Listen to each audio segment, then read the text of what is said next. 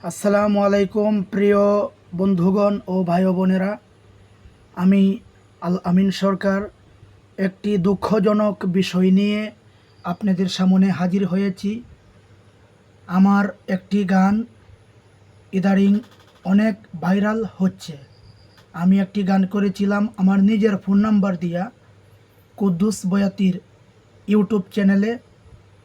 সেই গানটি হচ্ছে কল করিবেন আমায় মনে পড়িলে 01716 কথা বলতে নাই রিক্স 490 960 নাম্বার আমার আছে রাইট। এই গানটিকে নিয়ে বর্তমানে সুন্দর সুন্দর মাইয়ারা, সুন্দর সুন্দর ছেলেরা টিকটক করা শুরু করছে। এখন যারা টিকটকে পাইতাছে ফোন দেয় আমার নাম্বারে আসে। তারা মনে করে এটা সেরিগো ফোন নাম্বার, তারা মনে করে এটা টিকটক লাগো ফোন নাম্বার। এই মনে কইরা ফোন দে, তখন তো আমি আমার পরিচয় দিতে হয় কষ্ট করে। আমি বলি যে এই গানের মূল শিল্পী আমি, আর এই নাম্বার আমার, এই কণ্ঠ আমার। এই পেরেশানিতে আমি পড়ছি। কাজে আমি বলতে চাই, আপনারা এই টিকটক যারাই দেখেন কিছুতেই মনে করবেন না যে এই টিকটকের শিল্পী তারা। শিল্পী হচ্ছি আমি, আলামিন সরকার।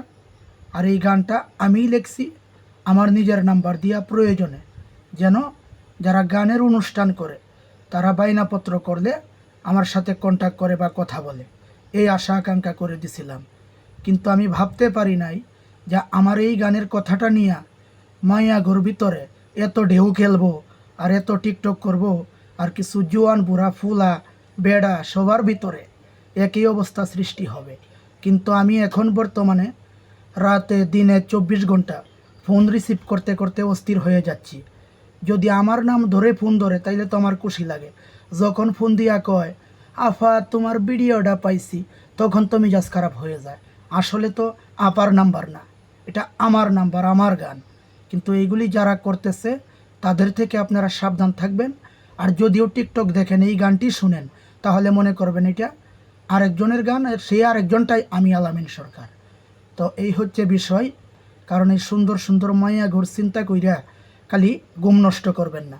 আগে জানবেন মূল শিল্পীটা কে, তাদের আইডিতে লিখে দিবেন যে এই শিল্পীটা কি আপনি নাকি অন্য কেউ। তাদেরকে একটু বলতে বলবেন, লিখে দিতে বলবেন। এই হইল আমার কথা। কারণ আমি বহুদিন ধরেই চেষ্টা করতেছি কিছু কথা বলবো আপনাদের সামনে, কিন্তু পারতাছি না। তো আজকে বলার সুযোগ পাইলাম, তাই বলে দিলাম। পরবর্তীতে আরও বলার চেষ্টা করব। কথা বলতে বলতে এখনই আরেকটি ফোন হয়তো চলে আসছে।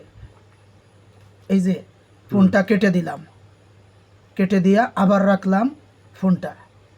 ফোন রিসিভ করতে করতে আর আমি সহ্য করতে পারতাছি না। কারণ অযথাই ফোন রিসিভ করার সময় তো একজন বাউল শিল্পীর হাতে থাকে না। এই হইল গা বিষয়টা। সবাই ভালো থাকবেন। আসসালামু আলাইকুম।